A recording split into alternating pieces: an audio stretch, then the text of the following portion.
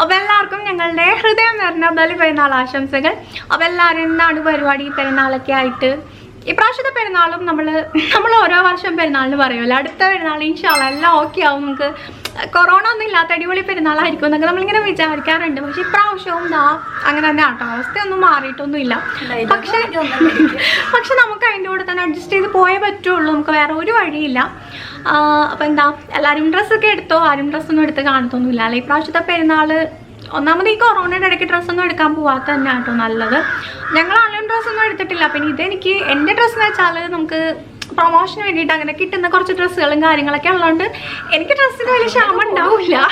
എനിക്കതുകൊണ്ട് dress ഉണ്ടാവും. റിച്ചുവിന് ഇന്ന് കുറേ നാൾ മുന്നേ ഞാൻ അന്ന് വന്നപ്പോൾ എടുത്തു കൊടുത്താണ്ട് ഈ ഒരു ഡ്രസ്സ്. ഈ ഒരു സ്കേർട്ട് ഇന്നാളെ ഒരു ദിവസം ഞാൻ വാങ്ങിക്കൊടുത്താണ്ടോ.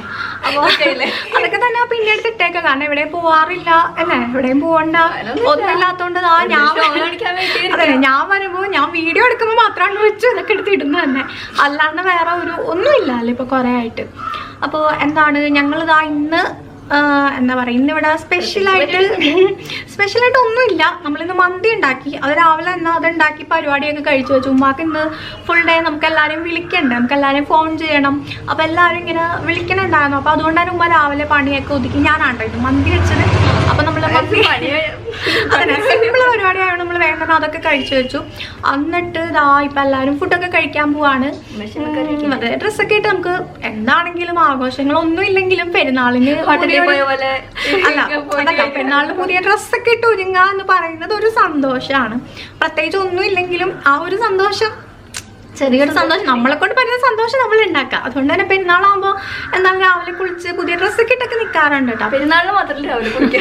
അതന്നെ, പെരുന്നാളിന് മാത്രമല്ല രാവിലെ കുളിക്കൽ മസ്റ്റാണ്. രാവിലെ കുളിക്കുക, പുതിയ ഡ്രസ്സ് ഇടുക, ആ ഒരു സംഭവം ചെറുതിലെ തൊട്ടേ അങ്ങനെ തന്നെയാണല്ലോ. അപ്പോൾ അതൊക്കെ കഴിഞ്ഞു. ഇനിയിപ്പോൾ ഫുഡ് കഴിക്കാൻ പോവാണ്. അപ്പോൾ ഞങ്ങൾ എന്തായാലും പോയി ഫുഡൊക്കെ കഴിക്കട്ടെ.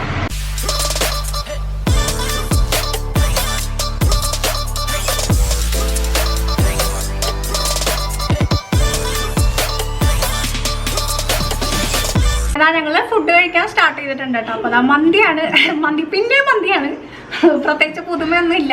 എങ്ങനെയുണ്ട് ഉമ്മ? സൂപ്പറായി. എന്നും ബിരിയാണി അല്ലേ, ഒരു വെറൈറ്റി ആവട്ടെ. കഴിഞ്ഞ ദിവസം ബർത്ത്ഡേക്ക് നമ്മള് ബിരിയാണി വെച്ചുകൊണ്ട് ഇന്നിപ്പോ ബിരിയാണി കഴിക്കാൻ പോകും. എങ്ങനെയുണ്ട്?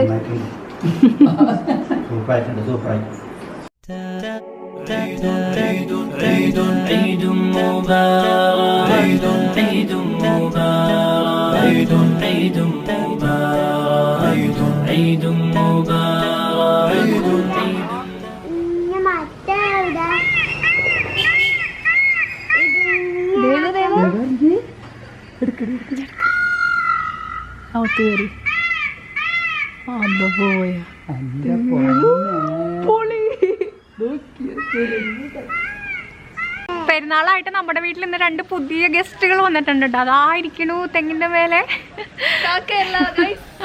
മയിൽ. റിച്ചുവിന് പിന്നെ മയിലിനെ കണ്ടിട്ടുണ്ടോ? അതെ, സൂയിൽ വെച്ച് കണ്ടിട്ടുണ്ട് കേട്ടോ. സൂയിൽ വെച്ചിട്ട് ഞാനും കണ്ടിട്ടുണ്ട്. പക്ഷെ നേരിട്ട് നമ്മുടെ വീടിന്റെ അടുത്തൊന്നും ഇങ്ങനെ മയിലിനെ ആദ്യമായിട്ടാട്ടോ കാണുന്നത്.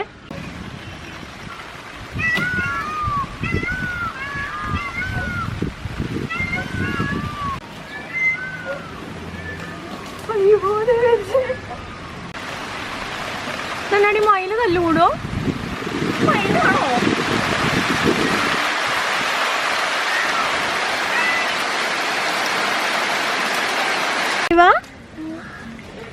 മയിലൊക്കെ ഉണ്ടാ? മയില് പറഞ്ഞു ഇവിടെ വന്നിരുന്ന്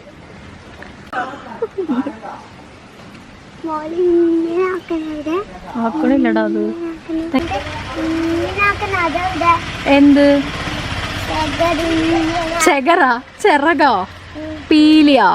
അത് മയില് വിടത്തണില്ലടാ. അത് മയിലും പീലി വിടത്ത തോന്നണില്ലായിരിക്കും.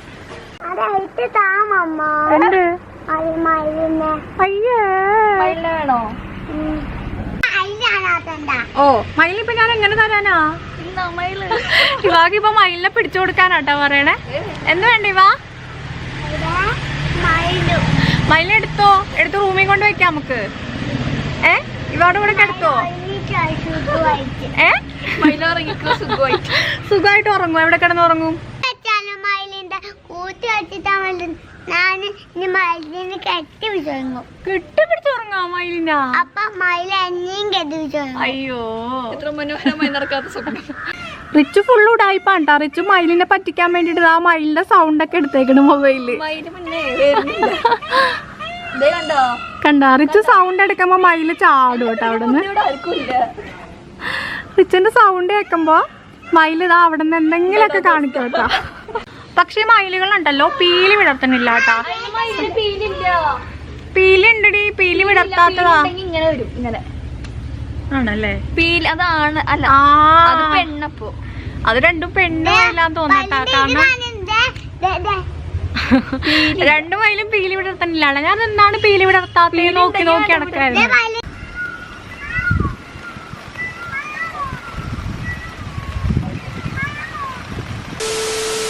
എന്താണ് ഉമ്മ പരിപാടി പെരുന്നാളായിട്ട്? എന്ത് ചായ ഉണ്ടാക്കും, ചായ ഉണ്ടാക്കും, ഞാൻ കുടിക്കും. ഉണ്ണിയപ്പം പൊരിച്ചു വെച്ചിട്ടുണ്ട്. ഉണ്ണിയപ്പം ഇവിടെ പെരുന്നാളിന് ഉണ്ണിയപ്പം മസ്റ്റ് ഉണ്ടാവും. ഉണ്ണിയപ്പം എല്ലാ പെരുന്നാളും ഉമ്മ ഉണ്ടാക്കും കേട്ടോ. വാങ്ങല്ലേ, ഞങ്ങൾ ഉണ്ടാക്കണേ കേട്ടോ വീട്ടിലുമ്മ. ഭയങ്കര അടിപൊളിയായിട്ട് ഉണ്ണിയപ്പം ഉണ്ടാക്കും. ചക്കപ്പേരിണ്ട്, ഇതൊക്കെ ഞങ്ങൾ വറുത്തതാ. അതൊന്നും ഇല്ല, അതൊക്കെ കടയിൽ നിന്ന് വാങ്ങി. ഞാൻ വറുത്തതാ, അതൊക്കെ കടയിൽ നിന്ന് വാങ്ങിയതാണ്. മുന്നേ ഞാൻ വറുത്തു വെച്ചതാ. സത്യം പറഞ്ഞ ഉണ്ണിയപ്പം ഞങ്ങൾ കടയിൽ നിന്ന് വാങ്ങിയതാണ്. പക്ഷെ ഉമ്മ വറുത്ത് ഉമ്മ ഭയങ്കര തള്ളിന്റെ ആളാണ് കേട്ടാ. ഉമ്മ എല്ലാരെയും വിളിച്ചിട്ട് പറയുന്നുണ്ട് ഞാൻ ഉണ്ണിയപ്പം ഉണ്ടാക്കി. പാപ്പ ഇന്നലെ കടയിൽ നിന്ന് മേടിച്ചിട്ടാണ് 50 ഉണ്ണിയപ്പം.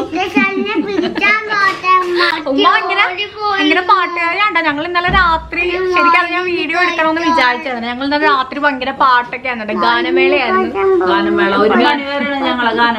അതന്നെ ഇന്നലെ ഉമ്മായും വാപ്പായൊക്കെ തകർത്ത് പാടി അടിപൊളിയായിരുന്നു. മൈക്കൊക്കെ എടുത്തിട്ട്. പിന്നെ ഇവാടെ വക ബാക്കിയുള്ള കൂത്തും കൂടെ ഉള്ളതുകൊണ്ട് ഒന്നും സമ്മതിക്കണില്ല. അതെ, വീഡിയോ ഒന്നും എടുക്കാൻ പറ്റില്ല. കാരണം പകുതി പാടുമ്പോഴേക്ക് ഇവ മൈക്ക് കൊണ്ടുപോകും. ഉമ്മ നമ്മുടെ സബ്സ്ക്രൈബേഴ്സിന് ഒരു പാട്ട് പാടി കൊടുക്കുമ്മ. അങ്ങനൊന്നും എനിക്ക് പാടാൻ പറ്റില്ല. പക്ഷെ ഉമ്മയുടെ പാട്ടിനൊക്കെ ഭയങ്കര ഡിമാൻഡാണ്. അങ്ങനൊന്നും പാടാൻ പറ്റില്ല. എനിക്ക് അതിന്റെ കരാക്ക കിട്ടണം, മൈക്ക് വേണം. മൈക്കും കരാക്കയൊക്കെ നമ്മ പാടും കേട്ടാ. അങ്ങനൊക്കെ ഞാൻ പാടും. 2 hours later. നമ്മുടെ പെരുന്നാള് ഇവിടം വരെയൊക്കെ എത്തിട്ടാ. പ്രത്യേകിച്ച് ഒന്നുമില്ല. സന്ധ്യയായി. ഉമ്മായും ഇവായും കൂടെ അവിടെ ഇരുന്നിട്ട് ആ ഫോണില് കാർട്ടൂൺ കാണുന്നു. റിച്ച് ഇവിടെ ഫോട്ടോ എടുത്താന്ന് പറഞ്ഞ് ചെടിയുടെ ഇടയിൽ പോയി നിക്കുന്നു. പാപ്പ ഇല്ലാട്ടാ, പാപ്പ ഇറച്ചി വാങ്ങാൻ പോയി. ഒരു സമാധാനം, കുറച്ച് ഇറച്ചി കിട്ടും. അമ്മായി കുറച്ച് പച്ചിറച്ചി മാത്രമല്ലോ.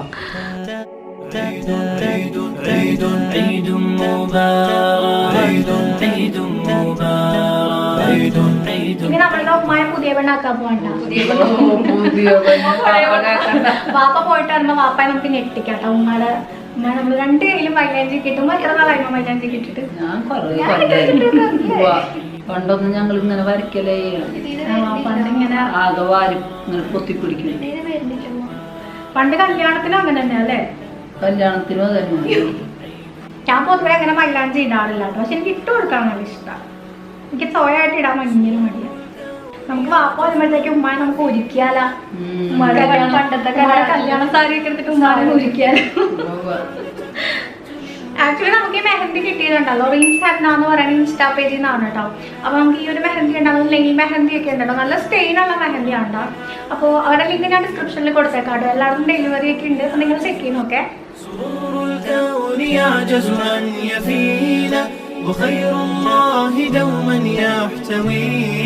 فبعد تبتل ودعاء ليل أتانا عيد رب العالمين.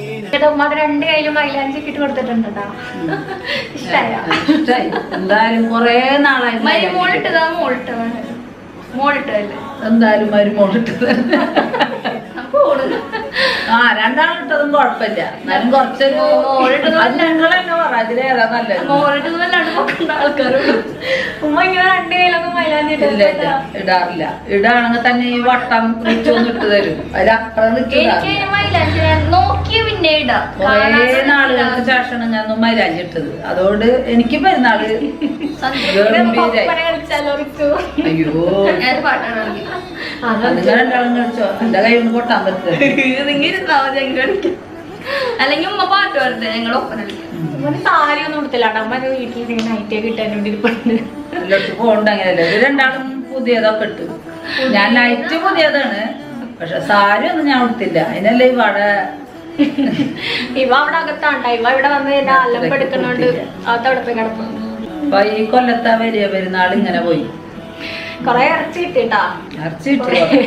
ഇനിയിപ്പൊ നമുക്ക് വരും ദിവസങ്ങളിലൊക്കെ full beef fry, beef roast സംഭവങ്ങളൊക്കെ ആയിരിക്കും കേട്ടോ. ഇനി ഇറച്ചി തീരണ്ടേ കിട്ടിയത്. ഇപ്പൊ കുറച്ചു നാൾക്ക് നമുക്ക് സമാധാനായി. ഫുള്ള് ബീഫിന്റെ വിഭവങ്ങൾ.